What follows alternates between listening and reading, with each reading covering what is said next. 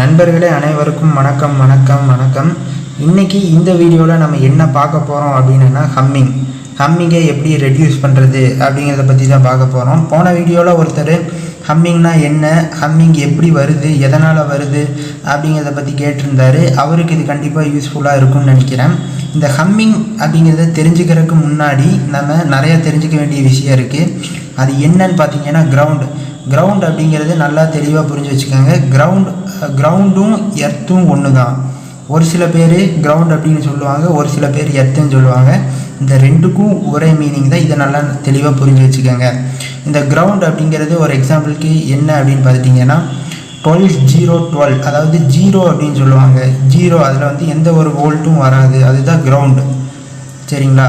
Minus volt வந்துச்சுன்னா அது minus, plus volt வந்துச்சுன்னா அது ப்ளஸ். கிரவுண்ட் அப்படிங்கிறது அது 0, அதுலேருந்து எந்த ஒரு வோல்ட்டும் வராது. இதை தான் நம்ம சொல்கிறோம். எக்ஸாம்பிளுக்கு 12 எடுத்துக்கோங்க. டிரான்ஸ்ஃபார்மரில் ஏசி சப்ளை 12 அப்படின்னு வருது. இது dual power supply. Single power சப்ளையில் 012 அப்படின்னு சொல்லுவோம். அதாவது 12 2 12 வோல்ட் எடுத்துக்க முடியும், ஒரு கிரவுண்ட் இருக்கும். சிங்கிள்ஸ் பவர் சப்ளையில் ஒரு கிரவுண்ட் இருக்கும், அதே மாதிரி ஒரு 12 வோல்ட் இருக்கும். அதனால் ஃப்ரெண்ட்ஸ், இந்த கிரவுண்ட் அப்படிங்கிறது எல்லாத்துக்கும் காமன் தான். அதில் எந்த வகையான ஒரு வோல்ட்டும் இருக்காது. ஏசி கரண்ட்டில் எப்போவுமே ப்ளஸ் மைனஸ் அப்படின்னு இருக்காது. ப்ளஸ் வோல்ட்டு தனியாக, மைனஸ் வோல்ட் ஏசி அதாவது டிரான்ஸ்ஃபார்மர்லேருந்து வரது எப்போவுமே ஏசி சப்ளையில் ப்ளஸ் இருக்காது, மைனஸ் இருக்காது. அதை நம்ம டிசியாக ரெக்டிஃபை பண்ணும்போது தான் ப்ளஸ் வோல்ட்டு மைனஸ் வோல்ட்டுன்னு எடுக்க முடியுது. அதை நல்லா தெளிவாக புரிஞ்சு வச்சுக்கோங்க. 12 அப்படின்னு ஒரு டிரான்ஸ்ஃபார்மர் இருக்குன்னா அது ஏசி சப்ளையில் 12 வருதுன்னா அதை நம்ம ரெக்டிஃபை பண்ணும்போது, டயோடை வச்சு ரெக்டிஃபை பண்ணும்போது ப்ளஸ் 12 வோல்ட் மைனஸ் 12 வோல்ட் அப்படின்னு நம்ம தனித்தனியாக பிரித்து எடுத்துக்கலாம். அதுதான் டிசி. ப்ளஸ் வோல்ட்டும் மைனஸ் வோல்ட்டும் இருக்கிற இடம் பார்த்திங்கன்னா அதுதான் டிசி. இதை நல்லா தெளிவாக புரிஞ்சு வச்சுக்கோங்க. உங்களுக்கு இன்னும் தெளிவாக புரிகிற மாதிரி சொல்லணும் அப்படின்னு பார்த்தீங்கன்னா, இந்த ஆம்ப்ளிஃபையர் கேபினெட்குள்ளார பார்த்தீங்கன்னா ப்ரீ போர்டு இருக்குது, ஆடியோ ஆம்ப்ளிஃபையர் போர்டு இருக்குது, ஃபேன் இருக்குது, DC to DC buck converter இருக்குது, அப்புறம் MP5 வீடியோ போர்டு இருக்குது. இது எல்லாத்துக்கும் பார்த்திங்கன்னா ஒன்றா சிங்கிள் பவர் சப்ளை இல்லாட்டி டியூயல் பவர் சப்ளை, இந்த ரெண்டு விதமான பவர் சப்ளையில் தான் இயங்குது. இந்த MP5 போர்டு பார்த்திங்கன்னா சிங்கிள் பவர் சப்ளையில் ஒர்க் ஆகுது. இந்த ஃபேனு பார்த்திங்கன்னா சிங்கிள் பவர் சப்ளையில் ஒர்க் ஆகுது. இந்த ப்ரீ போர்டு பார்த்திங்கன்னா டியூயல் பவர் சப்ளையில் ஒர்க் ஆகுது. அதே மாதிரி இந்த ஆடியோ போர்டு பார்த்திங்கன்னா டியூயல் பவர் சப்ளையில் ஒர்க் ஆகுது. அதனால் ஃப்ரெண்ட்ஸ், இதில் எல்லாத்துலேயுமே டியூயல் பவர் சப்ளையாக இருக்கட்டும், சிங்கிள் பவர் சப்ளையாக இருக்கட்டும், இது எல்லாத்துக்கும் கிரவுண்ட் அப்படிங்கிறது ஒன்று தான். சரிங்களா? அந்த கிரவுண்ட் அப்படிங்கிறது எல்லாத்துக்கும், எல்லா போர்டாக இருக்கட்டும், எந்த ஒரு போர்டு எடுத்துக்கிட்டாலும் அதில் கண்டிப்பாக கிரவுண்ட் இருக்க தான் செய்யும். சரிங்களா? 24 நம்ம டிசியாக கன்வெர்ட் பண்ணால் +24 கிரவுண்ட் -24 வரும். கிரவுண்ட் அப்படிங்கிறது காமன் தான். சரிங்களா? சிங்கிள் பவர் சப்ளையில் அதே மாதிரி 012 நம்ம 12 கன்வெர்ட் பண்ணோம் அப்படின்னு பார்த்தீங்கன்னா, டிசியை கன்வெர்ட் பண்ணால் கிரவுண்டு +12 வோல்ட் அப்படின்னு வரும். சரிங்களா? அதனால் எந்த டியூயல் பவர் சப்ளையாக இருக்கட்டும், சிங்கிள் பவர் சப்ளையாக இருக்கட்டும், கிரவுண்ட் அப்படிங்கிறது பொதுவாக காமன் தான். அதை நீங்கள் நல்லா தெளிவாக புரிஞ்சு வச்சுக்கணும். சரிங்களா ஃப்ரெண்ட்ஸ்? இந்த கேபினெட்குள்ளே இருக்க எல்லா பொருளுக்குமே கிரவுண்ட் இருக்குது. இந்த ஃபேனாக இருக்கட்டும், எந்த ஒரு பொருள் எடுத்தாலும் அதில் கிரவுண்ட் அப்படிங்கிறது ஒன்று இருக்குது. அந்த கிரவுண்டு எல்லாமே ஒரே ஒரு இடத்துல தான் சேரும். அதாவது இந்த டிரான்ஸ்ஃபார்மர் தான். இந்த டிரான்ஸ்ஃபார்மரில் 0 அப்படிங்கிறது கிரவுண்டு, 24 12 இந்த 0 அப்படிங்கிறது காமன் தான். இந்த 0 தான் தூக்கி எல்லா பக்கம் கிரவுண்டுக்கு நம்ம யூஸ் பண்ணியிருக்கோம். அதனால் ஃப்ரெண்ட்ஸ், இந்த எல்லா போர்டுக்கும் தேவையான இடத்துல கிரவுண்ட் எங்கெங்கே கொடுத்துருக்காங்க, போர்டில் கிரவுண்ட் மென்ஷன் பண்ணியிருக்காங்க அப்படின்னா அந்த டிரான்ஸ்ஃபார்மரில் இருக்க 0 தூக்கிட்டு கிரவுண்ட் அப்படின்னு போட்டிருக்க இடத்துல சால்ட்ரிங் பண்ணிடுங்க. எந்தெந்த இடத்துலலாம் கிரவுண்டு தேவைப்படுதோ அந்தந்த இடத்துக்கு டிரான்ஸ்ஃபார்மரில் இருக்க கிரவுண்டை தூக்கிட்டு சால்ட்ரிங் பண்ணி யூஸ் பண்ணுங்கள். இப்படி பண்ணிங்கன்னா கண்டிப்பாக ஹம்மிங் அப்படிங்கிறது வராது. இந்த யூஎஸ்பியில் போய் சால்ட்ரிங் எடுத்து அடிக்கிறது, அடுத்து கெப்பாசிட்டர் போட்டு ஃபில்ட்ரு பண்ணுறது எதுவுமே தேவையில்லை. சரிங்களா? இந்த கான்செப்ட் நீங்கள் தெளிவாக புரிஞ்சிட்டிங்கன்னா கண்டிப்பாக யூஎஸ்பி எந்த ஒரு பிளேயர் போட்டாலும் ஹம்மிங் அப்படிங்கிறது வராது. கிரவுண்ட் அப்படிங்கிறது ஒன்று காமன் தான், டிரான்ஸ்ஃபார்மர்லேருந்து வருது. இந்த 0 அந்த 0 அப்படிங்கிறது தான் கிரவுண்டு. இந்த கிரவுண்டை தூக்கிட்டு வந்து தான் எல்லாத்துக்கும் யூஸ் பண்ணுறோம். சரிங்களா? இப்போ நீங்கள் 2 டிரான்ஸ்ஃபார்மர் வச்சுருக்கீங்க. இங்கே ஒரு கிரவுண்ட் இருக்குது, இங்கே ஒரு டிரான்ஸ்ஃபார்மர் இருக்குது, இங்கே ஒரு டிரான்ஸ்ஃபார்மர் இருக்குது. இது வந்து 012, இது 24. இந்த கிரவுண்டு இது இங்கே இருக்கிற 0வையும் இந்த டிரான்ஸ்ஃபார்மரில் இருக்கிற 0வையும் அப்படியே எடுத்துகிட்டு வந்து ஒட்டுக்கா ஜாயின் பண்ணி யூஸ் பண்ணுங்கள். ஒன்றும் தப்பு இல்லை. சரிங்களா? அதனால் ஃப்ரெண்ட்ஸ் இந்த மாதிரி யூஸ் பண்ணுங்கள். நீங்கள் இந்த யூஎஸ்பியில் போய் சால்ட்ரிங் அடிக்கிறது இது எதுவுமே தேவைப்படாது. சரிங்களா? அதை நல்லா தெளிவாக புரிஞ்சு வச்சுக்கோங்க ஃப்ரெண்ட்ஸ். ஆடியோ ஆம்ப்ளிஃபையரில் ஹம்மிங் வரதுக்கான இன்னொரு முக்கியமான காரணம் என்ன அப்படின்னு பார்த்துட்டிங்கன்னா, இந்த ஆடியோ போர்டும் டிரான்ஸ்ஃபார்மரும் பக்கத்தில் இருந்துச்சுன்னா கண்டிப்பாக ஹம்மிங் வரும். அது எதனால் வருது அப்படின்னு பார்த்தீங்கன்னா, இந்த டிரான்ஸ்ஃபார்மரில் எலக்ட்ரோ மேக்னெட்டிக் இண்டக்ஷன் அப்படின்னு ஒன்று நடக்கும். அப்போ வந்து அதில் உள்ள டிரான்ஸ்ஃபார்மருக்குள்ளார எலக்ட்ரான்ஸ் வந்து இந்த ஆடியோ சிக்னலோட அட்ராக்ட் ஆக ட்ரை பண்ணும். அதுக்காக தான் நம்ம வந்து டிரான்ஸ்ஃபார்மர் பக்கத்தில் ஆடியோ போர்டு வைக்கக்கூடாது அப்படின்னு சொல்கிறாங்க நிறையா பேர். அப்படி இருந்தும் நம்ம வந்து தாராளமாக வைக்கலாம். அது வந்து எப்படி வைக்கணும் அப்படின்னு பார்த்தீங்கன்னா, சீல்டு ஒயர் போட்டு வைக்கலாம். இங்கே வந்து நான் வந்து சீல்டு ஒயர் போட்டிருக்கேன். எல்லாத்துக்கும் பார்த்தீங்கன்னா சீல்டு ஒயர், இங்கேயும் சீல்டு ஒயர், எல்லா பக்கமுமே சீல்டு ஒயர் தான் நான் யூஸ் பண்ணியிருக்கேன். அதனால் நான் தைரியமாக டிரான்ஸ்ஃபார்மர் பக்கத்துலேயே நான் வந்து ஆடியோ சிக்னலை வந்து கொண்டு போகிறேன். அதனால் ஒன்றும் பிரச்சனை இல்லை. இந்த 2+1 சீல்டு ஒயரில் பார்த்தீங்கன்னா 2 ஒயர் இருக்கும். அது மேலே ஒரு அலுமினிய கோட்டிங் ஒன்று கொடுத்துருப்பாங்க. அந்த கோட்டிங் தான் அலுமினிய கம்பி. உங்களுக்கு எக்ஸாம்பிள் காமிக்கிறேன் பாருங்கள். இதுதான், இதில் 2 ஒயர் இருக்குது. அதை சுற்றி அலுமினிய கம்பி வந்து கொடுத்துருக்காங்க. அந்த அலுமினிய கம்பியை வந்து நம்ம கிரவுண்டாக எடுத்துக்கலாம். மீதி இருக்க 2ஐயும் சிக்னலாக யூஸ் பண்ணிக்கலாம். அப்படி தான் இதை வந்து நம்ம யூஸ் பண்ணணும். சீல்டு ஒயரு, இந்த சீல்டு ஒயரில் அலுமினியம் கோட்டிங் கொடுத்துருக்கிறனால இந்த எலக்ட்ரோ மேக்னெட்டிக் இண்டக்ஷன் நடக்கும்போது அந்த எலக்ட்ரான்ஸ் எல்லாம் இந்த ஒயரில் வந்து அட்ராக்ட் ஆக விடாது. அலுமினியம் வந்து ரேடியேஷனை வந்து தடுக்கும். அதனால் ஃப்ரெண்ட்ஸ் கண்டிப்பாக இந்த சீல்டு ஒயரை வாங்கி யூஸ் பண்ணுங்கள்.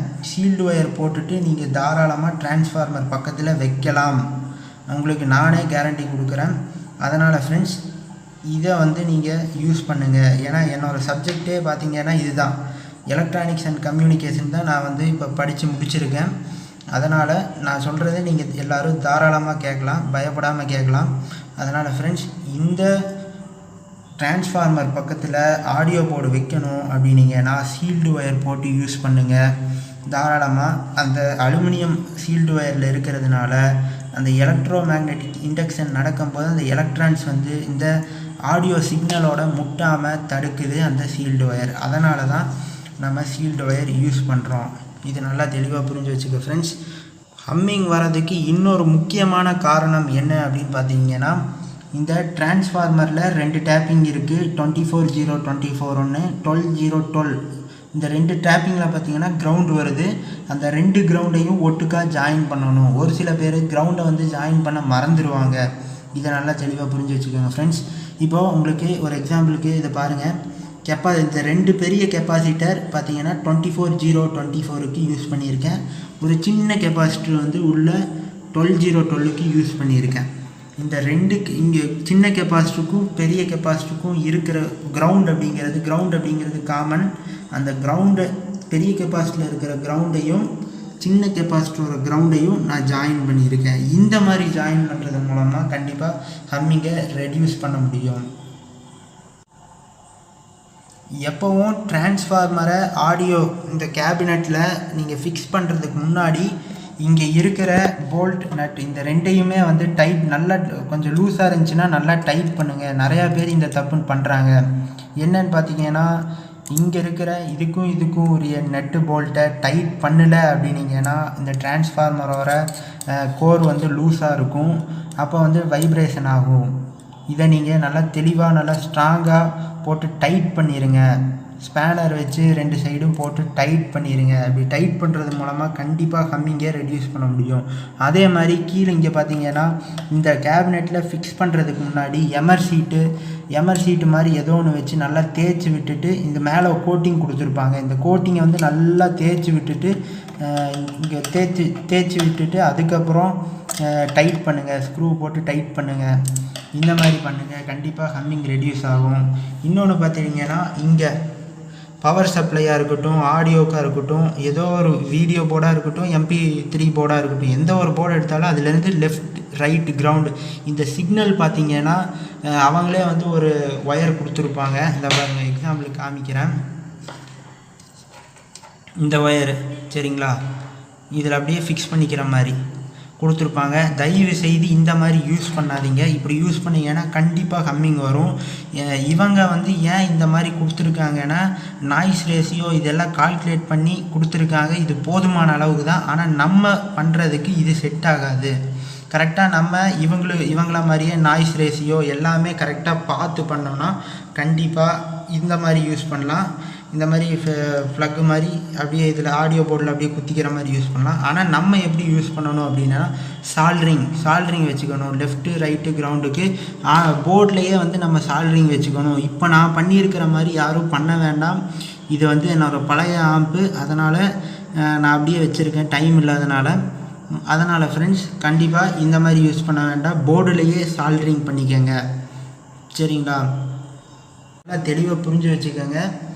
எப்போவுமே சீல்டு ஒயரில் அந்த கம்பி அலுமினிய கம்பி கொடுத்துருக்கிறதுனால ரேடியேஷனை பிளாக் பண்ணும். அதனால் எப்போவுமே சீல்டு ஒயர் ஆடியோ சிக்னலுக்கு மட்டும் சீல்டு ஒயர் கொடுங்க. ஸ்பீக்கருக்கு எப்பவும் போல் நார்மல் ரிப்பன் ஹெவி ஒயரை கொடுத்துக்கோங்க, கரெக்டாக இருக்கும். அதனால் ஃப்ரெண்ட்ஸ் இதுதான் ஹம்மிங்க்கு வந்து பெரிய பிரச்சனையாக இருக்குது. இந்த பேசிக் இதை நீங்கள் கரெக்ட் பண்ணாலே நீங்கள் பெரிய லெவலில் வந்து யோசிக்க தேவையில்லை. எடுத்து ஆடியோ யூஎஸ்பியில் போய் லைட்டாக தேய்ச்சி விட்டுட்டு பாடி கிரவுண்டு கொடுக்குறது எதுவுமே பண்ண தேவையில்லை. நம்ம தெளிவாக கிரவுண்ட் அப்படிங்கிறது ஒன்று தான் அப்படின்னு புரிஞ்சுட்டு வேலை செஞ்சிங்கன்னா கண்டிப்பாக ஹம்மிங் இருக்காது.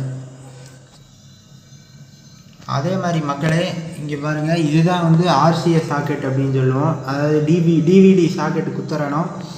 இந்த RCS சாக்கெட்லேருந்து 5.1 சுவிட்சுக்கு பார்த்திங்கன்னா கஜன்னு நம்ம சீல்டு ஒயர் யூஸ் பண்ணியிருக்கோம். இந்த சீல்டு ஒயரில் ஓல்டு ஃபேஷன் இதே தான் எல்லாரும் ஆடியோ டெக்னீஷியனும் பண்ணிகிட்ருக்காங்க. நான் என்னென்ன ஒன்றும் குறை சொல்லலை, இருந்தாலும் நம்ம நாளுக்கு நாள் வந்து வளர்ந்து போயிட்டே இருக்குது டெக்னாலஜி. அதனால் அது கூட நம்ம சேர்ந்து போகணும். இத்தனை ஒயர் கஜன்னு யூஸ் பண்ணுறதுக்கு நம்ம ட்விஸ்டட் பேர் கேபிள் அப்படின்னு இருக்குது. அந்த ட்விஸ்டட் பேர் கேபிள் இந்த ட்விஸ்டட் பேர் கேபிளை நம்ம வாங்கி யூஸ் பண்ணலாம். ஒரே கேபிளில் நம்மளுக்கு 8 சேனல் வரைக்கும் நம்ம எடுத்துக்க முடியும். 8 ஒயர் இருக்கும், அது மேலே ஒரு அலுமினிய கோட்டிங் கொடுத்துருப்பாங்க. இதே மாதிரி தான் இதில் பார்த்திங்கன்னா 2+1 சீல்டு ஒயர் அப்படின்னு சொல்லுவோம். அந்த ட்விஸ்டட் பேரில் பார்த்திங்கன்னா 8+1 அப்படின்னு சொல்லுவோம். 8 பேர் ஒயராக இருக்கும். 8 ஒயர் இருக்கும், 4 பேர் இருக்கும், 4 ஜோடி 8 ஒயர் இருக்கும். அதனால் ஃப்ரெண்ட்ஸ் 8 சேனலுக்கு நம்ம வந்து சப்ளை எடுத்துக்க முடியும் ஒரே ஒயரில். இந்த மாதிரி கஜன்னு போடுறதுக்கு நம்ம அந்த மாதிரி ட்விஸ்டட் பேர் கேபிள் யூஸ் பண்ணலாம். உங்களுக்கு எக்ஸாம்பிள் காமிக்கிறேன் பாருங்கள். இதுதான் ட்விஸ்டட் பேர் கேபிள். இதில் கீழே இதை சுற்றி இருக்கிறது பார்த்திங்கன்னா இது வந்து கம்பி, அலுமினிய கம்பி. இதுதான் வந்து கிரவுண்டுக்கு 2+1 வந்து 1 அப்படிங்கிறது கிரவுண்டு. அந்த கிரவுண்டு ஒயர் தான் இங்கேயும் கொடுத்துருக்காங்க. இதுக்கு பார்த்திங்கன்னா உள்ளே வந்து 8 ஒயர் இருக்குது, தெரியுதுங்களா. இந்த மாதிரி ஒரே கேபிளில் வந்து வாங்கி போட்டிங்கன்னா 8 சேனலுக்கும் ஒரே ஒயர்லேருந்து போகும், ஹம்மிங் வராது. சீல்டட் ஒயர் இது. சீல்டு ஒயரை விட இந்த ஒயர் நல்லா பெஸ்ட்டான ஒயராக இருக்கும். அதனால் ஃப்ரெண்ட்ஸ் இந்த மாதிரி இங்கே பாருங்கள், இது ஒரே ஒரு ஒயரில் 8 சேனலுக்கு எடுத்துக்க முடியும். இது பாருங்கள் எத்தனை சேனலுக்கு வந்து எவ்வளோ ஒயர் கொடுத்துருக்காங்கன்னு பாருங்கள். 5 ஒயர் கொடுத்துருக்காங்க. அதனால் இது வந்து ட்விஸ்டட் பேர் கேபிள் 1 மீட்ரு 45 ரூபா சரிங்களா. இந்த சீல்டு ஒயர் பார்த்திங்கன்னா 1 மீட்ரு 15 ரூபா சொல்கிறாங்க. ஆனால் நம்ம எப்படி கால்குலேட் பண்ணாலும் இந்த மாதிரி பார்த்திங்கன்னா கஜன்னு இருக்கிறதுக்கு ஒரே ஒயரில் நீட்டாக சிம்பிளாக முடிச்சுட்டு போயிட்டே இருக்கலாம். இந்த மாதிரி மெத்தடை அடுத்த ஏதோ ஒரு ஆடியோ டெக்னீஷியன்ஸ் பார்த்திங்கன்னா கண்டிப்பாக மாற்றிக்கங்க. நாளுக்கு நாள் ஒவ்வொன்றும் மாறிட்டே போகுது. நம்ம அதுக்கு தகுந்த மாதிரி நம்மளும் மாற்றிக்கணும். ஓல்டு ஃபேஷனாகவே இருக்கக்கூடாது.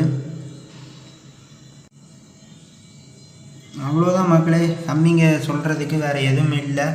இதுதான் பேசிக்கு. இதை நீங்கள் தெரிஞ்சுக்கிட்டீங்கன்னா கண்டிப்பாக இதில் வந்து யூஎஸ்பிக்கு வந்து சால்ட்ரிங் வைக்கிறது, அடுத்து இதில் லெஃப்ட் ரைட் சிக்னலுக்கு வந்து கெப்பாசிட்டர் போட்டு எடுத்துகிட்டு போகிறது, எந்த ஒரு டெக்னிக்கும் ஃபாலோ பண்ண தேவையில்லை.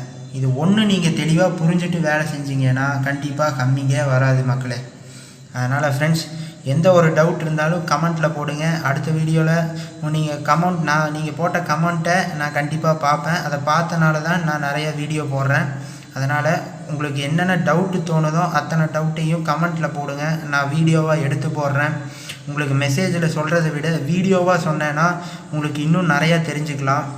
நான் மெசேஜில் டெக்ஸ்ட் பண்ணேன் அப்படின்னா ஒரு சின்ன கான்செப்டை சின்னதாக சொல்லிட்டு போயிடுவேன். அதே வீடியோவாக எடுத்து போட்டேன் அப்படின்னா இன்னும் நல்லா ப்ரீஃபாக உங்களுக்கு இன்னும் நிறைய புரிஞ்சுக்கிற மாதிரி தெரிஞ்சுக்கிற மாதிரி இருக்கும். அதனால் ஃப்ரெண்ட்ஸ், கண்டிப்பாக கமெண்ட் பண்ணுங்கள், லைக் பண்ணுங்கள், ஷேர் பண்ணுங்கள், சப்போர்ட் பண்ணுங்கள். நன்றி மக்களே, நன்றி.